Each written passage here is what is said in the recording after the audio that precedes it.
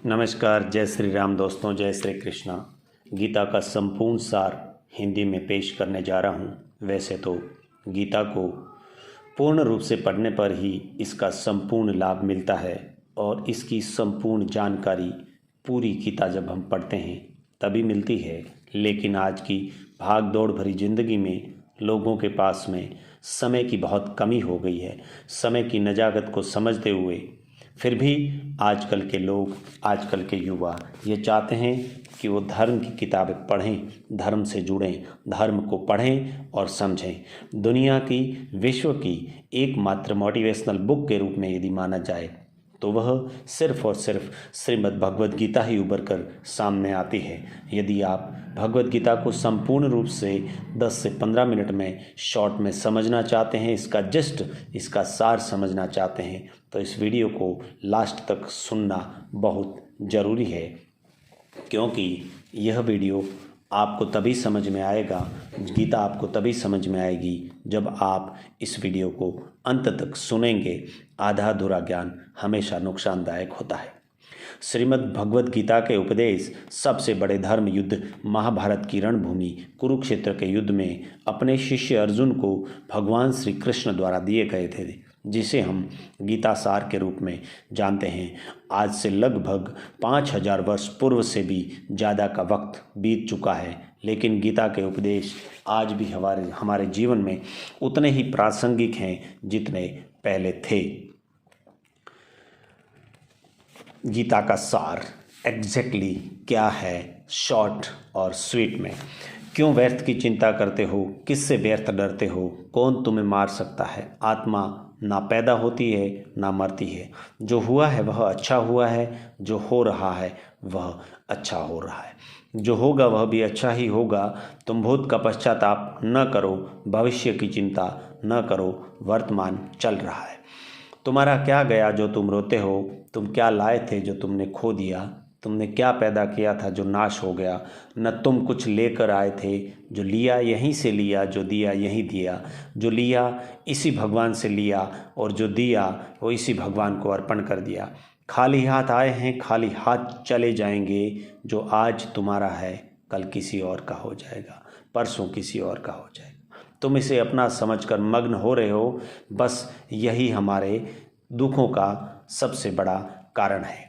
परिवर्तन संसार का नियम है, जिसे तुम मृत्यु समझते हो वही तो जीवन है। एक क्षण में तुम करोड़ों के स्वामी बन जाते हो, दूसरे ही क्षण में तुम दरिद्र हो जाते हो। मेरा तेरा छोटा बड़ा अपना पराया मन से मिटा दो, फिर सब तुम्हारा है, तुम सबके हो। न यह शरीर तुम्हारा है न तुम शरीर के हो। यह अग्नि जल वायु पृथ्वी आकाश से बना है और इसी में मिल जाएगा, परंतु आत्मा स्थिर है। फिर तुम क्या हो। तुम अपने आप को भगवान को अर्पित करो, यही सबसे उत्तम सहारा है। जो इसके सहारे को जानता है वह भय चिंता शोक से सर्वदा के लिए मुक्त हो जाता है। जो कुछ भी तुम करते हो उसे भगवान को अर्पण करते चलो। ऐसा करने से जीवन मुक्त का आनंद अनुभव होगा। हिंदी साहित्य के दो प्रमुख महाकाव्य हैं, जिसमें पहला रामायण है और दूसरा श्रीमद् भगवद गीता। हम हिंदुओं के पवित्र ग्रंथों में से एक है। आज हम आपसे इस लेख के बारे में बहुत विस्तार से बताने की कोशिश करेंगे। मैं आज आपको और थोड़ा विस्तार से बताने की कोशिश करता हूँ। महाभारत के मुताबिक भगवान श्री कृष्ण सबसे बड़े धर्म युद्ध महाभारत में अपने शिष्य अर्जुन को कुछ उपदेश देते हैं, जिससे उस युद्ध को जीतना अर्जुन के लिए आसान हो जाता है। वह एक मोटिवेशनल उपदेश थे। गीता के उपदेशों को जीवन का सार या जीवन के उपदेश भी कहते हैं। वही अगर हिंदू धर्म के इस महान ग्रंथ गीता के उपदेशों को अपने जीवन में सम्मिलित कर लिया जाए तो मूर्ख व्यक्ति के जीवन का भी बेड़ा पार हो सकता है। इसके साथ ही इस महान ग्रंथ गीता में जीवन की वास्तविकता और मनुष्य धर्म से जुड़े उपदेश भी दिए गए हैं। कई बार ऐसा होता है कि हम अपने आप हमारी समस्या का समाधान नहीं कर पाते, फिर विपत्ति के समय बहुत परेशान हो जाते हैं। कई लोग तो गुस्से में अपना आपा खो बैठते हैं या फिर अपनी समस्याओं से विचलित होकर भाग खड़े होते हैं। ऐसे में गीता में दिए लिखे गए ये उपदेश हमारी सारी समस्याओं का चुटकियों में हल कर देते हैं और हमें जीवन जीने की कला सिखाते हैं, साथ ही सफल जीवन की जीने की प्रेरणा देते हैं। भगवान श्री कृष्ण ने महाभारत के युद्ध में अर्जुन को गीता का उपदेश दिया था। जिसे सुनकर अर्जुन को ज्ञान की प्राप्ति हुई थी। वही यह गीता का उपदेश युद्ध भूमि में खड़े अर्जुन के लिए नहीं था, बल्कि यह संपूर्ण मानव जाति के लिए था। यह उपदेश एक तरीके से लोगों के जीवन में सफलता पाने के अचूक मंत्र भी थे। मानव शरीर अस्थायी और आत्मा स्थायी है। गीता के श्लोक में भगवान श्री कृष्ण ने मनुष्य के शरीर को महज एक कपड़े का टुकड़ा बताया है, अर्थात एक ऐसा कपड़ा जिसे आत्मा हर जन्म में बदलती है। अर्थात मानव शरीर आत्मा का अस्थायी वस्त्र है जिससे हर जन्म में बदला जाता है। इसका आशय यह है कि हमें शरीर से नहीं, उसकी आत्मा से व्यक्ति की पहचान करनी चाहिए। जो लोग मनुष्य के शरीर से आकर्षित होते हैं या फिर मनुष्य के शरीर को, भीतरी मन को नहीं समझते, ऐसे लोगों के लिए गीता का यह उपदेश बड़ी सीख देने वाला है। जीवन का एकमात्र सत्य है, वह है मृत्यु। गीता सार में भगवान श्री कृष्ण ने कहा कि हर इंसान के जन्म द्वारा जन्म मरण के चक्र को जान लेना बेहद आवश्यक है, क्योंकि मनुष्य के जीवन का एक ही सत्य है और वो है मृत्यु। क्योंकि जिस इंसान ने इस दुनिया में जन्म लिया है उसे एक दिन इस संसार को छोड़कर जाना पड़ेगा, और यही इस दुनिया का अटल सत्य भी है। लेकिन इस बात से भी नहीं नकारा जा सकता कि हर इंसान अपनी मौत से भयभीत रहता है। अर्थात मनुष्य के जीवन की अटल सच्चाई से भयभीत होना इंसान की वर्तमान खुशियों को भी खराब कर देता है। इसलिए किसी भी तरह का डर नहीं रखना चाहिए। गुस्से पर काबू करना चाहिए, क्योंकि क्रोध से व्यक्ति का नाश हो जाता है। भगवान श्री कृष्ण भगवद गीता में कहते हैं, उपदेश देते हैं कि क्रोध से भ्रम पैदा होता है और भ्रम से बुद्धि का विनाश होता है। वहीं जब बुद्धि काम नहीं करती तब तर्क नष्ट हो जाता है और व्यक्ति का नाश हो जाता है। इस तरह हर व्यक्ति को अपने गुस्से पर काबू करना चाहिए, क्योंकि क्रोध भी भ्रम पैदा करता है। इंसान गुस्से में कई बार ऐसे काम करते हैं जिससे उन्हें काफ़ी हानि पहुंचानी पड़ती है। वहीं अगर क्रोध पर काबू नहीं किया गया तो इंसान कई गलत कदम उठा लेता है। वहीं जब क्रोध की भावना इंसान के मन में पैदा होती है तो हमारा मस्तिष्क भी सही और गलत के बीच अंतर करना छोड़ देता है। इसलिए इंसान को हमेशा क्रोध के हालातों से बचकर हमेशा शांत रहना चाहिए, क्योंकि गुस्से में लिया गया फैसला इंसान को गहरी क्षति पहुंचाता है। व्यक्ति को अपने कर्मों को कभी नहीं छोड़ना चाहिए, क्योंकि व्यक्ति अपने कर्मों को नहीं छोड़ सकता। भगवान श्री कृष्ण गीता सार में यह बताते हैं कि कोई भी व्यक्ति अपने कर्म को नहीं छोड़ सकता। अर्थात जो साधारण समझ के लोग कर्म में लगे रहते हैं उन्हें उस मार्ग से हटना ठीक नहीं है, क्योंकि वे ज्ञानवादी नहीं बन सकते। वही अगर उनका कर्म भी छूट गया तो दोनों तरफ से भटक जाएंगे, और प्रकृति व्यक्ति को कर्म करने के लिए बाध्य करती है। जो व्यक्ति कर्म से बचना चाहता है वह ऊपर से तो कर्म छोड़ देता है, लेकिन मन ही मन उसमें डूबा रहता है। अर्थात जिस तरह व्यक्ति का स्वभाव होता है वह उसी के अनुरूप अपने कर्म करता रहता है। मनुष्य के देखने का नज़रिया। गीता सार में मनुष्य को देखने के नज़रिए पर भी संदेश दिया गया है। इसमें लिखा गया है कि जो ज्ञानी व्यक्ति ज्ञान और कर्म को एक रूप में देखता है उसी का नज़रिया सही रहता है, और जो अज्ञानी पुरुष होता है उसे ज्ञान नहीं होने की वजह से वह हर किसी चीज़ को गलत नज़रिए से देखता है। इंसान को अपने मन को काबू में रखना चाहिए। गीता सार में उन लोगों के लिए संदेश दिया गया है जो लोग अपने मन को काबू में नहीं रखते, क्योंकि ऐसे लोगों का मन इधर उधर भटकता रहता है और उनके लिए वह शत्रु के समान काम करता है। मन व्यक्ति के मस्तिष्क पर भी गहरा प्रभाव डालता है। जब व्यक्ति का मन सही होता है तो उसका मस्तिष्क भी सही तरीके से काम करता है।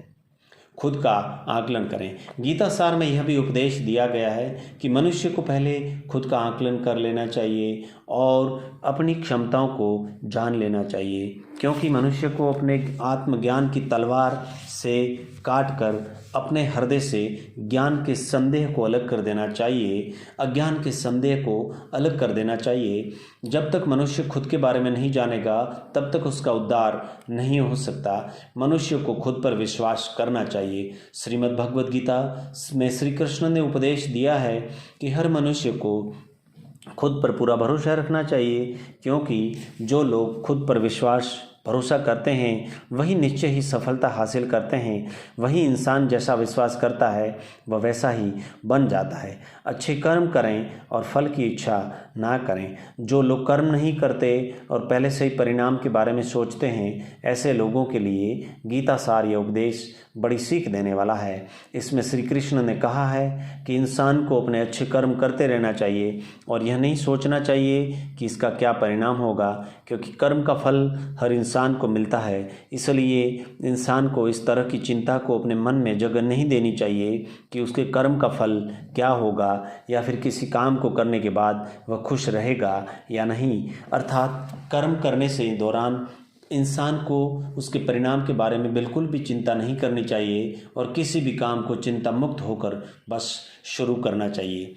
मनुष्य की इंद्रियों का संयम ही कर्म है, ज्ञान का निचोड़ है। जाहिर है कि मनुष्य के सुख और दुख में मन की स्थिति एक जैसी नहीं रहती है। सुख में मनुष्य ज़्यादा उत्साहित हो जाता है और दुख में वह बेकाबू हो जाता है। इसलिए सुख और दुख दोनों ही मन में, मनुष्य के मन में समान स्थिति हो, इसे योग कहा जाता है। वहीं जब मनुष्य सभी सांसारिक इच्छाओं का त्याग करके बिना फल की इच्छा के कोई काम करता है, उस समय मनुष्य योग में स्थित कहलाता है। और जो मनुष्य वश में अपने मन को वश में कर लेता है, उसका मन ही उसका सबसे बड़ा मित्र बन जाता है। लेकिन जो मनुष्य अपने मन को वश में नहीं कर पाता, उसके लिए वह मन ही उसका सबसे बड़ा दुश्मन बन जाता है। वही जो मनुष्य अपने अशांत मन को वश में कर लेते हैं, उनको परमात्मा की ज्ञान प्राप्ति, और जिस मनुष्य को ज्ञान की प्राप्ति हो जाती है, उसके लिए सुख दुख, सर्दी गर्मी, मान अपमान सब एक समान हो जाते हैं। ऐसा मनुष्य स्थिर और चित्त इंद्रियों को वश में करके ज्ञान द्वारा परमात्मा को प्राप्त करने हमेशा संतुष्ट रहता है। खुद पर भरोसा रखें और अपने लक्ष्य को पाने के लिए लगातार प्रयासरत रहें। गीता सार के इस उपदेश को अगर कोई भी व्यक्ति अपने जीवन में पालन करें तो वह निश्चित ही एक सफल व्यक्ति बन सकता है। जो लोग पूरे विश्वास के साथ अपने लक्ष्य को प्राप्त करने का प्रयास करते हैं, वह निश्चय ही अपने लक्ष्य को पा लेते हैं। लेकिन मनुष्य को अपने लक्ष्य को हासिल करने के लिए लगातार चिंतन करना चाहिए।